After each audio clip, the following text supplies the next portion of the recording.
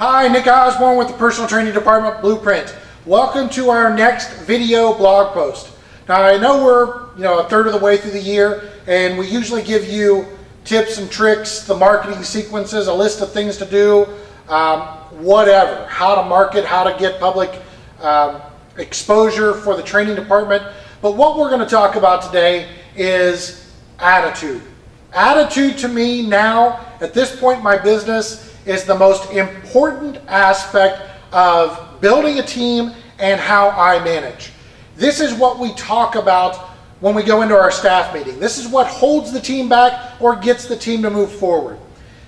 When I first started out in business, I didn't realize that you could actually hire, fire, and correct staff based on their attitude.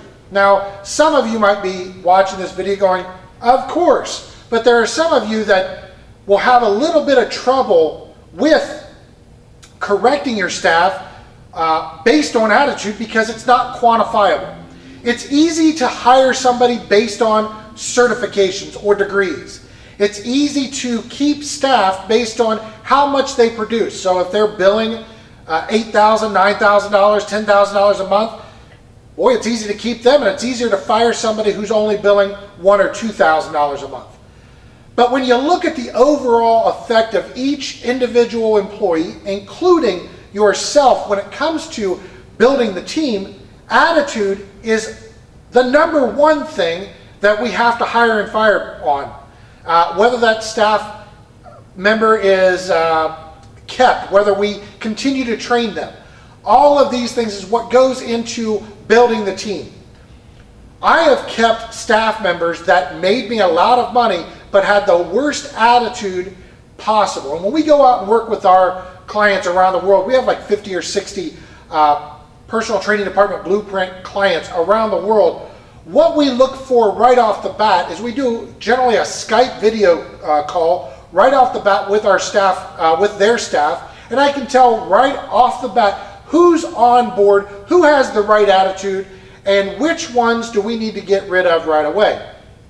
Usually in the club, the most productive, or I don't want to say that, the staff that has the most number of clients oftentimes has the worst attitude. They get to the point where they think they're indispensable to the business. The business couldn't survive without them. And the reality is the owners think that also. So they keep them around, they let them do whatever they want, and it ends up poisoning the entire business. Now, when we look at these businesses, there might be 1 or 2 big dog trainers out of 8 or 10 personal trainers as a team. Those 1 or 2 trainers' attitudes are keeping the other 6 to 8 trainers down. And we go through a ton of trainers. So if you look at your staff and you say, I have 2 trainers that are producing 50 or 60% of my income, and I have 6 to 10 other trainers that are barely making any money for themselves or for the gym, and I rotate through a lot of trainers because nobody can be successful, I'm guessing the attitude of your training department is not one that is there to support everybody on the team. Everybody on your team is important, but we oftentimes have a bad attitude or let trainers, our most successful trainers, have a bad attitude. Attitude is what's going to kill your business or make it excel. If you have those 2 trainers that are really rocking and rolling for themselves, but they're not interested in helping the rest of the team become successful, you have 2 trainers that are holding your staff back. And I would bet that if you looked at your penetration, it's still that 3 to 5%. So you have 1,000 members, you have 50 to people in personal training, and most of those clients are with those 2 bad trainers. I want to give you another concept. Instead of having the 2 big dog trainers that are producing 50 or 60% of your income, what if you had, I don't know, 8 or 9 trainers, let's just call it 8, that are all producing $3,000 or $4,000 a piece. They're not producing all of your income, or 60%, they're all producing roughly an eighth of your income apiece. but they're all producing $4,000 or $5,000 each month. Over the long haul, don't you make more money? And if you have the proper attitude, you have less management in your staff, less controversy in your staff, and less stress. With less stress, your members feel like your training department is a team that works together. And that's what the personal training department blueprint, what I go in, preach at every conference that I speak at every business that I'm a consultant at, is all about building the team. Nobody in the team is more important than everyone else, but the team is important. And I can't stress it enough that bad attitude really is a poison in your business. And you might have a couple staff members that have bad attitudes, and you try to seclude them from everyone else or let them do their own thing, but you work with the staff members that you think are going to be viable over the long haul.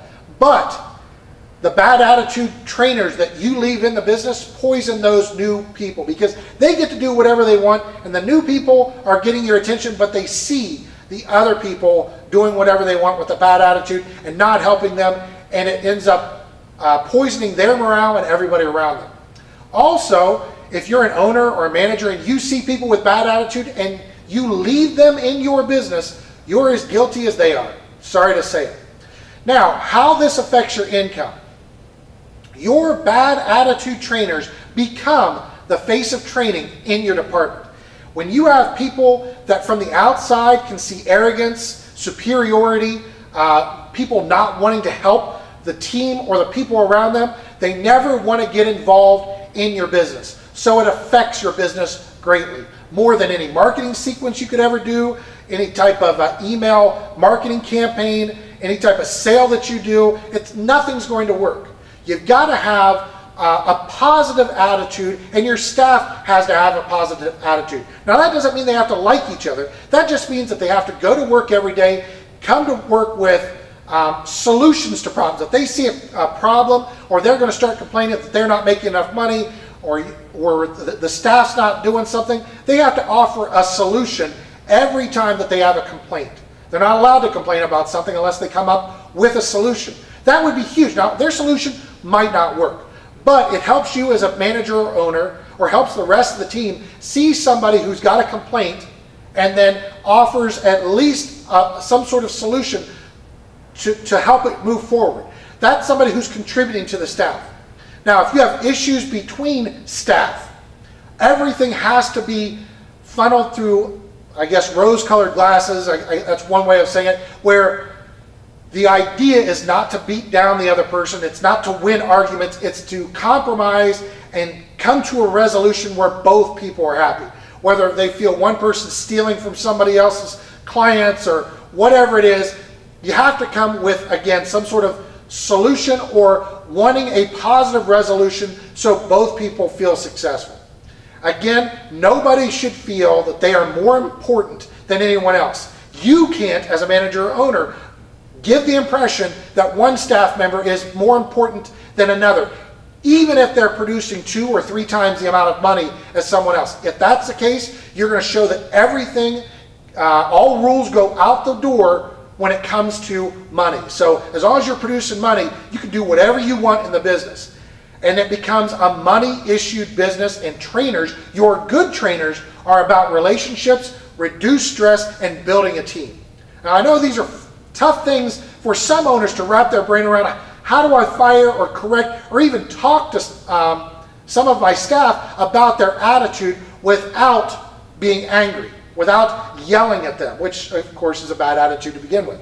So my suggestion to you is to have one big staff meeting and talk about attitude. How does it affect everybody in the business? What a good attitude looks like, feels like, how it affects the client, the club, and the trainers around them, and the individual trainers themselves. And then talk to them about allowing each other to hold each other accountable to having a positive attitude.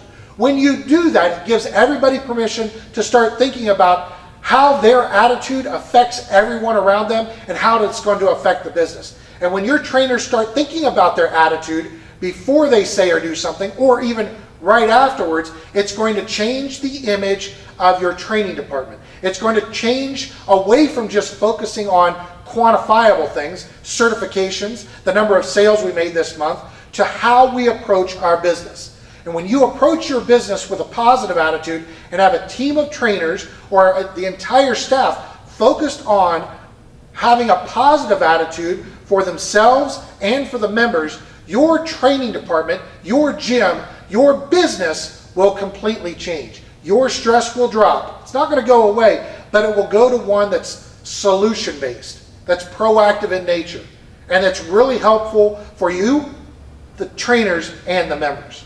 So, go back and start thinking about, am I allowing people to work in my business? Do I have people on the team around me that don't have the right attitude? That they're in it just for them? And if they're in it just for them, what do we have to do as a staff to change it up, to make it about the team?